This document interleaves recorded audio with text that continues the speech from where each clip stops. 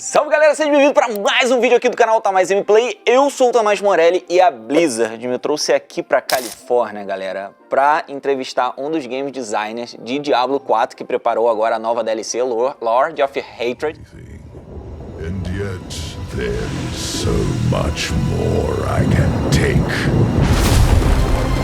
Eu preparei aqui algumas perguntinhas para ele e a gente vai mostrar aqui agora para vocês. Então, prepara a pipoca, já deixa aquele like para essa oportunidade incrível e bora pro vídeo. First of all, nice to meet you. Nice to meet you. Thank you for the opportunity. Absolutely, thank you for coming. Yeah. Thanks the Blizzard for this big opportunity. So let me explain about my story with Diablo because I'm a little nervous because Diablo is one of my favorite franchises. Probably Diablo 3, it was one game that I've played the most. I used to be the top 2 or top 3 in some seasons, and once I was the top 1 in a season. So I've played a lot Diablo 3. I'm trying to play a lot as much I played Diablo 3 or the Diablo 4. I'm trying to do every single season, but as a content creator, I try and I want to play every single games to do a review to my audience. So I would like to know about how do you describe Diablo 4 for someone that never played Diablo before? Diablo 4 is about the forces of hell and the forces of heaven have been fighting for millennia, and humanity has been stuck in the middle. And Diablo 4 is really going into the roots of this conflict, how it started, how did humanity get born, and where humanity's future lies. And this guy here in the middle, this is our great big bad villain. This is Mephisto. He is the Lord of Hatred, and he is tied deeply to the creation of Sanctuary through his daughter. And he is going to be the main villain of this expansion. Oh, once you have the Lilith as a villain, but now Mephisto. And if Diablo was a food, what food the Lord of Hatred you'd be? Good Lord. Like, I don't know, something poisonous probably and spiky. Something poisonous and spiky. Yeah. I don't know, maybe like a very hot chili pepper. Oh. Yeah, like maybe not poisonous, but yeah, like I kind of like the spicy, really hot. It's funny because the lunch it's really spicy. Yeah, it was spicy. You had in mind to that. Oh, I wish I picked it, but the food was good. But I think it's just it goes so well, right? It pairs so well with him, right? I love Mephisto spicy with a side of peppers. Yeah. Great. I love spicy food, so not problem. I've already tried the new character, so I love it, the gameplay, and I love the story. Heck yeah. So, as I told you before, nowadays, I don't have time as much I've played in the past, so neither does my friends. So do you intend to bring matchmaking to the game? How is it possible to Diablo franchise?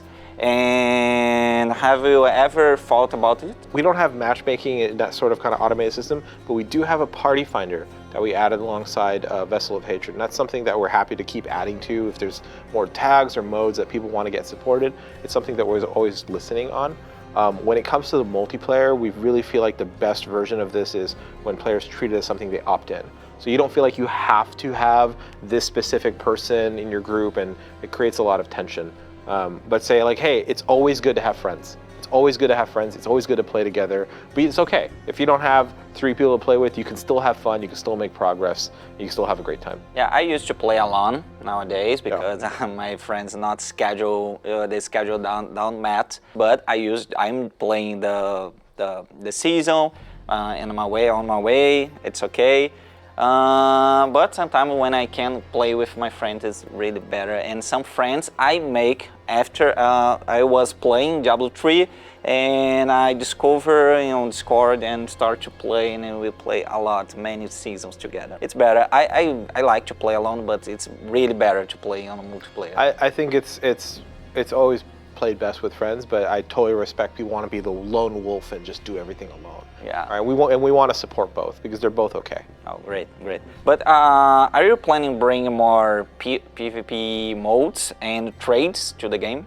So there's no plans to do anything, that sort of significant with PvP. We have Fields of Hatred. We think it sits in the right place for a Diablo game where it's not structured, it's not fair, it feels very Diablo, you're out in the world and somebody gets you. That being said, we are interested in kind of being more experimental with seasons going forward. And so I would just say, just stay tuned. And what's the biggest challenge between what the community want in the game versus what you can do or you need to do on the game? So we have a really big community, really passionate, and they don't all agree with each other, right? And that's okay. Everyone plays Diablo. We always say people play Diablo for different reasons and in different ways. And so making sure that we can support everyone in the ways they want. And to me, a really clear version of this is actually the classes, right? So we had a lot of players that really wanted Paladin. They really want Paladin, and they don't want anything else. And then we had a bunch of people who are like, I don't want old classes. I want new classes only. So we can't, like, how do you make both of those people happy, right? So the challenge is always like, hey, can we figure out a way to make more things or more of a thing and still keep Blizzard quality, right? That's been a really difficult challenge because classes in Diablo 4 are huge. But I'm really happy to what we've been able to accomplish with the Warlock and the Paladin. And now all of our players, right? Whether you want to play the Holy Paladin or you want to play, the Dark Warlock, you can do it. Yeah, I love the Warlock. So it's a possibility to someone that choose this class and can shows your style. For example, let me remember the Ritualist, the Mastermind. I love to play with the Vanguard? Legion? Vanguard, yeah. Okay, It was Vanguard. my favorite one. Yeah. And another one looks like Necromancer, right? Legion, lots of demons. Legion, demons. yeah. Legion, yeah. Have you aspired in some classes to do the styles of the Warlock? When we talk about kind of inspiration, obviously the core IP, the series is about demons and killing demons and things like that. So it's just perfect fit. But then when we think about mechanically, how does the Warlock work? We actually took a lot of inspiration from the Witch Doctor in Diablo 3. And if you really look kind of, it's like, oh, there's a little bit of this mid-range kind of battle mage sort of gameplay in it. So we actually took a lot from that. And there's some ideas that we took very directly, but overall the vibe of how this thing kind of plays with these, almost sacrificial creatures that don't care about something that we thought was really cool and very absent. Necromancers don't work that way. Druids don't work that way. Demons, Warlock seems like a perfect fit, right? It's a human being who just doesn't care about demons. They're disposable. He doesn't care if they die, right? It's awesome. Yeah. I love it. I love it. You can summon a demon. You can be a demon, and you can sacrifice the demon. Yeah. You could also go no demon, by the way, right? Yeah, you can go ritualist and say like, I don't want to deal with demons, right? Yeah, I love it. So I'd like to talk about the mobile, because in Brazil, mobile are increasing a lot. It's more accessible to someone be gamers from mobile. So you have now the Diablo Immortal. I would like to know if some future you try on mobile first, and after that you bring to Diablo 4. You have some. Oh, you mean like things in Immortal that we bring over? And after you. There's not anything that direct that we've kind of talked about doing, but we consider them as just part of the whole big Diablo family. So we talk to those guys once in a while. As they build their content, we're like, oh, is there something we can reference between the games and try to make everything more cohesive? We talk about it in that sense, but we're pretty like, we are really big believers in every single Diablo game that exists. It's slightly different, and whenever they make anything, they have to make it right for their game, right? So we don't really care about the purity of like, oh, it's got to be identical between things. Okay. It's okay if they're different.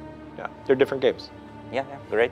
And you already learned some words in Portuguese? I told you, I cheat you. Ciao. But do you want to try to say hello and... Yeah, anything. So I'm gonna try to say the Salve galera. It's my speech when I start the video. Okay. Salve galera. Salve galera. Great, awesome. Good? So Okay. almost B plus maybe? Traz o CPF pra ele. I said bring the CPF. It's Okay. a joke in Brazil when someone you bring the CPF to it's a Brazilian. It's with us. Say it again. Yeah. Traz o CPF, me dá o CPF. CPF? Yeah. Like that? Okay. That's okay. All right. Yeah. Great. And talking about the Portuguese, do you know any Brazilian developers? here? Do you know anyone? People who work at Blizzard, yeah, actually, I just met one yesterday. Actually, yeah. Another developer, Brazilian developers? He's from Brazil. He's not there right now, Brazil. but yeah, he's from Brazil, yeah. Great, yeah. great. Probably my audience, you'd like to be a developer in future. So do you have some hints for those who want to become a developer? So I think there's multiple paths. If you want to make something that's yours and you kind of want to make it alone, there's so many tutorials and guides and there's 1,000 engines, all these tools. You can go learn whatever you want. If you want to work with a group or a team, I think the most important thing is actually just start making things. And it's weird to say, but like, don't overthink the quality. I think you learn so much from making anything and putting it out in the world for people to experience, right? And if you can do that with a group, even better. So just find some friends, find some people online, whatever, make anything and put it out there for the world to see. It's such a big jump, right? To go from I'm making something that's very personal and then putting it out in the world for everyone to see. And then you got to be able to deal with that, right? That's a big part of it. So just do that and just keep doing that. Just do that over and over. And honestly, it could be anything. It doesn't have to be a full video game. It could be a map for an existing game or something like that, or a mod. All that stuff is valid. And I think you just learn so much going through the motions of putting stuff out. Do you want to describe the experience and how you expect the public like the new DLC? Do you want to talk a little bit? Yeah, sure. I could talk about it. So one of the, if I could like use one word and say like this is what a lot of things in the expansion are about, it's endgame.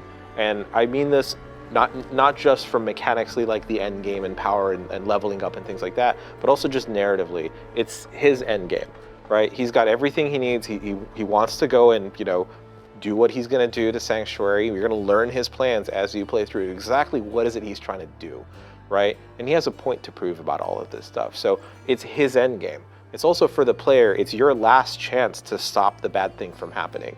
And then after the campaign is complete, then we get into actual, end game where you're doing high-level playthroughs, you're doing crafting systems, you have brand new itemization, all of this stuff.